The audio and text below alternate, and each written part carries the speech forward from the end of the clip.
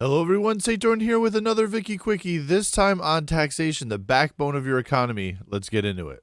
Well, the first one is the worst one, I think, is consumption-based taxation. Here you get a minus 25% bureaucracy population cost multiplier. Again, not bad if you have a large country, but overall really not that beneficial towards the other laws that are here in taxation.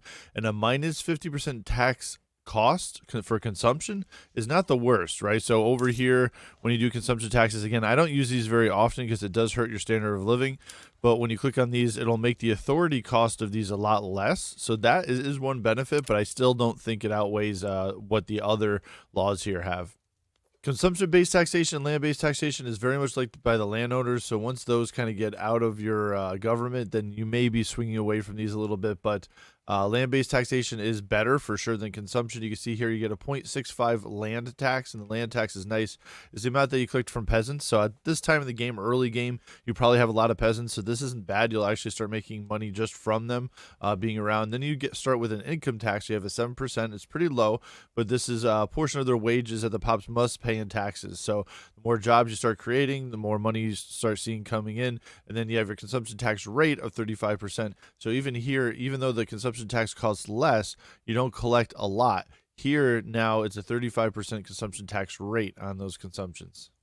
Next up is per capita taxation. Usually when I go from land-based taxation to per capita, there's a big increase in money, and you'll see why here. So your land tax above is 0.65. It actually goes down here for the per capita, cuts it pretty much in half, and this means you're going to be collecting less from peasants, but you're going to collect 0.7 pounds per capita tax, and the per capita tax is per collected non-peasants. So these are now all the people that are working on top of the income tax that they're paying when they have wages.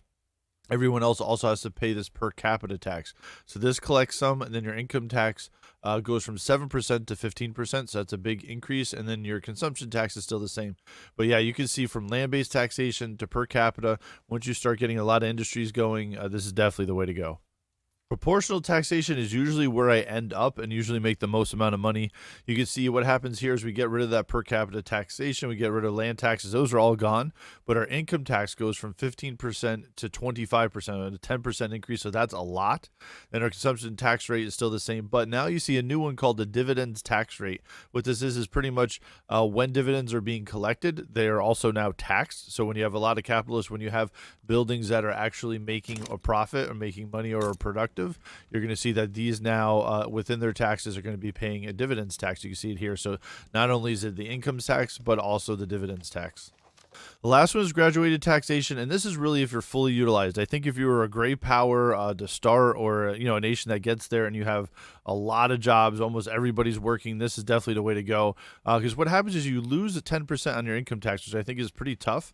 Your consumption tax stays the same, but then your dividends tax rate goes from 25% to 40%, which is really good. So as long as your buildings, like I showed before, are doing really well or are really profitable, bringing in some really good money, and you got everybody working, and maybe at this point you're doing subsidies and a bunch of other things, it'll start to pay off. But I would say relying on your dividends taxes is a little risky, because if your economy starts to fall apart a little bit, at least the income tax covers it. Even if the building's not doing well, they still have to pretty much pay it.